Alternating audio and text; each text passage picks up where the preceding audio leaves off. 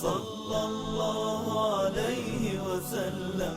بسم الله الرحمن الرحيم. الحمد لله رب العالمين، وأصلي وأسلم على المبعوث رحمة للعالمين سيدنا محمد وعلى آله وصحبه أجمعين.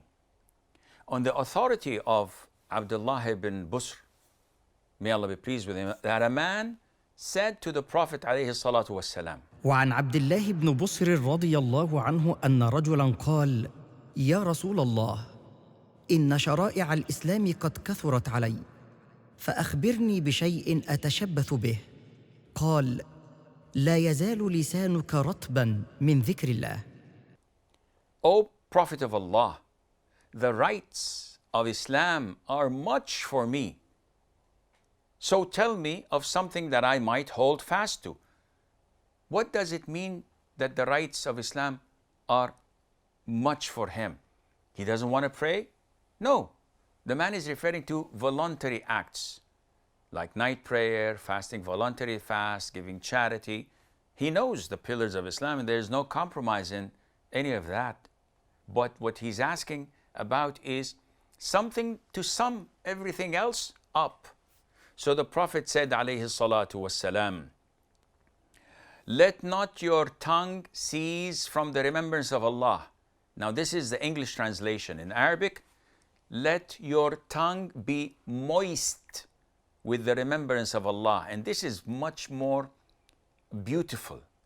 Though maybe the English speakers would not say moist. It's always moist. There's saliva in it. So, no, what was meant is that when you make dhikr, this is making your tongue moist.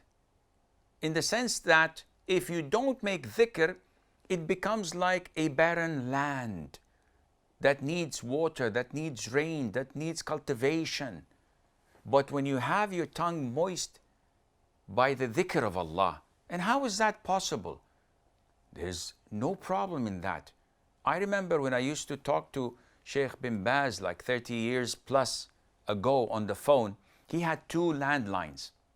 So when his assistant picked up the first line and the Sheikh was answering a caller, the second line rang, he picked it up, the assistant, and he says, hold on for a second.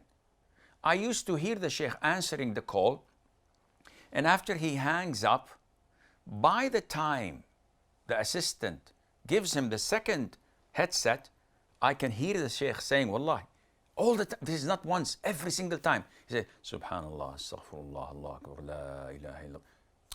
Ya Sheikh, you just finished the caller and now you're taking another caller. But he's always 24/7 remembering Allah. And the guy is dead. So he's not going to give me a penny for praising him like that. That and Allah Azza wa Jal is the protector, and Allah Azza wa Jal is the one who's holding him to account. Allahu hasibuh. But this shows you how when dhikr becomes in your blood, when your tongue becomes moist with the remembrance of Allah Azza wa Jal, you would be a different person. Compare this to our youngsters, who all what they think of is music, lyrics, hip-hop, rap. And I've seen some of the youngsters memorizing rap songs and repeating the lyrics. And if you ask them, can you recite Ayatul Kursi for me? Say, huh? They would not be able to do this. So this is one of the downfalls that we have to look after, inshaAllah Azza wa Jal. Now, the following hadith, the Prophet says, alayhi salatu wasalam, وقال صلى الله عليه وسلم: من قرأ حرفاً من كتاب الله فله به حسنة، والحسنة بعشر أمثالها. لا أقول ألف لام ميم حرف، ولكن ألف حرف ولام حرف وميم حرف. The Prophet says, alayhi salatu wasalam, whoever recites a letter of Allah's book has for it a merit, and 10 more like it.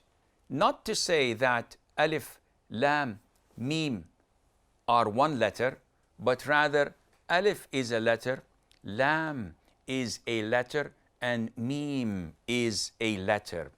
Now, this hadith shows you the abundance of Allah's great rewards for remembering Allah, specifically for reciting the Quran. The Prophet tells us that Allah Azza wa Jal rewards those whoever do such a thing, that with each letter Allah gives them one good deed, one hasana. And this hasana is multiplied tenfolds. And another hadith up to 700 folds, and another hadith up to whatever Allah pleases Azza wa Jal. So, just so that there won't be any confusion, the Prophet ﷺ elaborated. He said, watch out. I don't say Alif Lam Mim, which is the beginning of like Surah Al-Baqarah, for example, is one letter. Alif is a single letter, Lam is a single letter, Mim is a single letter, which means that this is literal, that Allah Azza wa Jal gives reward without any account for those who remember Him, for those who read the Quran.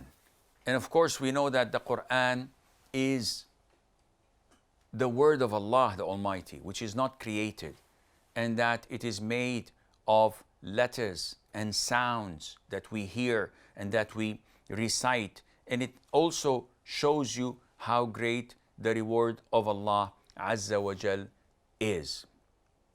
Now, having said that, it's important to know that the more Muslims are engaged with their book, that is the Quran, the better humans they are, the closer to Allah they are, the greater their rewards with Allah is, and the better quality of life with lots of blessing in it they would have.